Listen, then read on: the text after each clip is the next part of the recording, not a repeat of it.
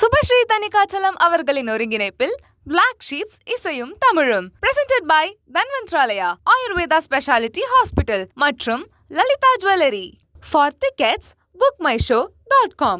For discount on tickets, blacksheepindia.com. For bulk bookings, WhatsApp to 78248 Black Sheep Value OTT இப்போது புத்தம் புது பொலிவுடன் நீங்கள் கேட்ட மாற்றங்களுடன் Black Sheep Value OTT Tamil பசங்க கொடுக்கும் கேரண்டி. ஸ்கிரீன் பிரசன்ஸ் விஜேவா நீங்க கலக்கிருக்கீங்க. இப்போ ஒரு ஹீரோவா என்ன ஏரியால நான் இப்போ நின்று விளையாட போறேன் அப்படின்னு உங்க மைண்ட்ல எப்படி இருக்கு? இல்ல இப்போ வரைக்கும் அந்த ஹீரோன்ற மைண்ட்லாம் எனக்கு இல்ல. படம் வந்துச்சு, ஹீரோவா நடிக்கிறதுக்கான படங்கள் வந்துச்சு, அதை நடிச்சேன். இப்போ 4-5 படம் அப்படியே போயிட்டு இருக்கு. இந்த ஜோன்ல தான் நடிக்கணும், இதுல தான் பயங்கரமா பிளே பண்ணுவேன். பட் ஆக்ஷன் மோஸ்ட்லி எனக்கு ரொம்ப பிடிக்கும். ஆக்ஷன்ஸ் பண்றது ரொம்ப ரொம்ப பிடிக்கும். அதுக்கான ஒர்க் போயிட்டு இருக்கு. மேபி ஒரு 2-3 படம் ரிலீஸ் ஆனதுக்கப்புறம்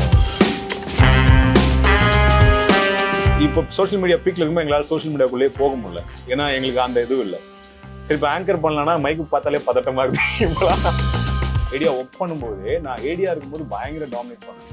ஆர்டிஸ்ட்லாம் இப்படி நில்லுங்க அப்படி நில்லுங்கன்னுவேன். அசோசியேட்டாக ஒர்க் பண்ணாலும் ரொம்ப திடீர்னு ஏதாவது ஒரு சீன் 2 சீன் நடிக்க சொல்லுவாங்க.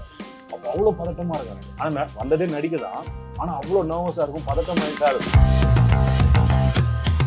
Mediqueen Holiday Resort CK with GK presented by Tamil Matrimony and Velamall Nexus.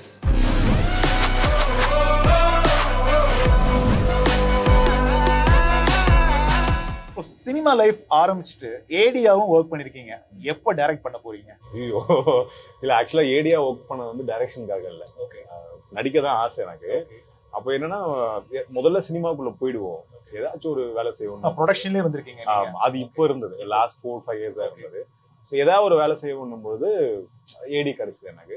அது ஒரு பெரிய எக்ஸ்பீரியன்ஸா இருந்துச்சு. ஆமா, ரொம்ப பெரிய எக்ஸ்பீரியன்ஸ். ஏன்னா எனக்கு தெரிஞ்சு யாராவது நடிக்கணும்னு ஆசைப்பட்டு அவங்க ஏடியா ஒர்க் பண்ணலாம். நடிக்க போய் பயிற்சி இருக்கிறத விட எனக்கு வந்து ஏடியா ஒர்க் பண்ணலாம். நண்பர்களே நோட் பண்ணுங்க, சீரியஸ்லி ரொம்ப இம்பார்ட்டன்ட் பாயிண்ட். ஏன்னா நடிப்புன்றது போய் ஒரு கத்துக்கிறதோ இல்ல வந்துட்டு அது கிடையாது. நம்ம கத்துக்கிறதுன்றது ஸ்டேஜ் பிளேக்கு போயிட்டு கண்டிப்பா நீங்க கத்துக்கணும். அது 100% நீங்க வந்து நடிப்பு போய் கத்துக்கணும். சினிமா கிட்ட நீங்க கத்துக்கினதுக்கு அப்புறம் அதை இம்ப்ளிமெண்ட் பண்றது கேமரா தான். ஒரு சின்ன ஃப்ரேம்குள்ள நீங்க வந்து ஒரு 50 75 லென்ஸ் 100 லென்ஸ்க்குள்ள நீங்க பிளே பண்ணும்போது அந்த லென்ஸ் எவ்வளவு சைஸ் இருக்கு, அதுல நம்ம எவ்வளவு மூமெண்ட்ல சிரிக்கணும், எவ்வளவு மீட்டர் எடுக்கணும். ஏன் ரஜினி சார் கண்ணை இங்க வச்சுட்டு டக்குன்னு அப்படி பாக்குறாரு, ஏன் அப்படின்றாரு, ஏன் அப்படி பண்றதுக்கு எல்லாமே மீட்டர் தான். அந்த மீட்டர் தெரிஞ்சுன்னா நீங்க சினிமாவில் லாங்குவேஜ் தெரிஞ்சுக்கணும்.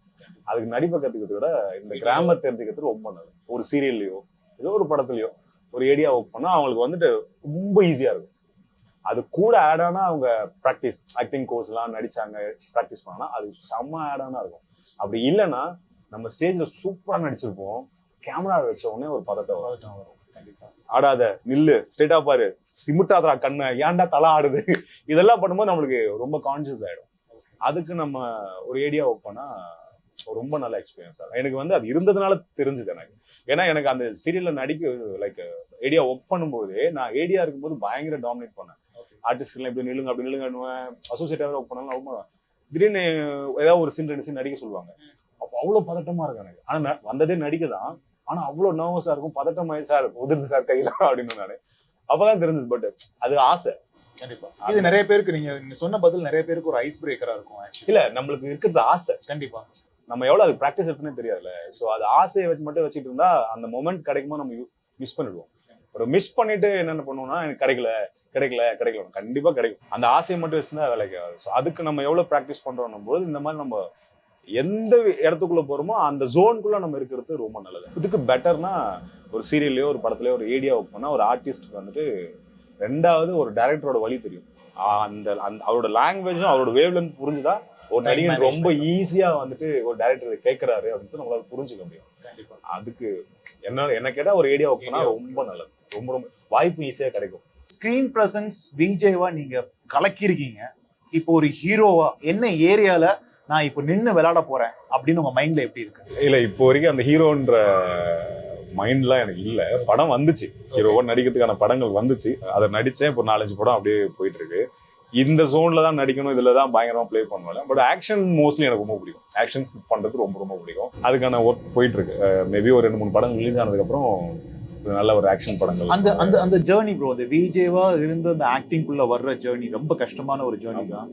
அந்த ஜேர்னி நீங்க எப்படி ரிலீஸ் பண்றீங்க? அந்த ஜேர்னி, அந்த வந்த பாதையை நீங்க வந்து இது ஓகே எனக்கு பிரச்சனை இல்லை, பட் அந்த இடத்த நான் அடைஞ்சிருவேன் அப்படின்னு நீங்க எப்படி ரிலீஸ் பண்றீங்க அந்த ஜேர்னியை? இல்ல அது என்ன ஆன்சர் எனக்கே தெரியல.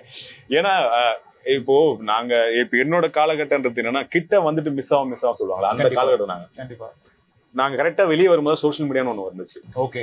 இப்போ சோஷியல் மீடியா பீக்ல இருக்கும்போது எங்களால சோஷியல் மீடியாக்குள்ளேயே போக முடியல. ஏன்னா எங்களுக்கு அந்த இதுவும் இல்லை. சரி, இப்போ ஆங்கர் பண்ணலாம்னா மைக்கு பார்த்தாலே பதட்டமா இருக்கு. இப்போலாம் அந்த நிறைய பேசுவோம்ல, அந்த இதுவும் இப்போ போயிடுச்சு, அந்த டச்சும் போயிடுச்சு. ஸோ இதுக்கும் போக முடியாம அதுக்கும் போகணும். இப்போ நம்ம வந்தது சினிமாக்காக வந்துட்டோம். ஸோ இதுல நம்ம ஒன்று பண்ணி ஆகணும்.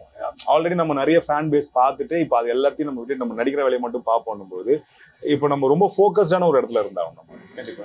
ஸோ இப்போ இதை நம்ம எப்படி ஃபேஸ் பண்ண நம்மளால சொல்லவே முடியாது. இதை ஃபேஸ் பண்ணவே முடியாது. இது எப்படின்னா காலத்தோட போக்குல அப்படியே கூடவே போயிட்டு வர்றது தான் ரொம்ப நல்லது. அதனால ரொம்ப பிளான் பண்ணாம பி லைக் வாட்டர் மாதிரி தான் இருக்கிறது. அவருக்கு தண்ணி மாதிரி இருந்துட்டா கொஞ்சம் சேஃப். ஏன்னா அந்த காலகட்டத்தில் நம்ம வந்துட்டோம். மீடியாவோட காலகட்டம் அந்த டைம்ன்றது அந்த லைக் ஒரு 5 years பேக்ல ஒரு பயங்கரமான ஒரு டிசாஸ்டர் சேஞ்ச் ஒன்று இருந்துட்டு இருக்குல்ல இப்போ.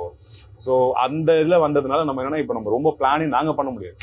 இப்போ வர பசங்க பிளான் பண்ணலாம். இப்போ வர பசங்களுக்கு ஒரு 50 வருஷத்துக்கு இப்படிதான் இருக்கும். ஸோ இது சேஞ்சுன்றது இன்னொரு 10-15 years கழிச்சு தான் சேஞ்ச் நடக்க அப்டேட் ஆக சான்சஸ் இருக்கு. அதனால அவங்களுக்கு பிரச்சனை. பட் நம்மளுக்கு அந்த முடிவை எடுக்க முடியாது. எது வழி கிடைக்குதோ அதுல போயிட்டு வர்றது ரொம்ப நல்லது. அப்படிதான் வந்துட்டு இருக்கு நடக்கிறது.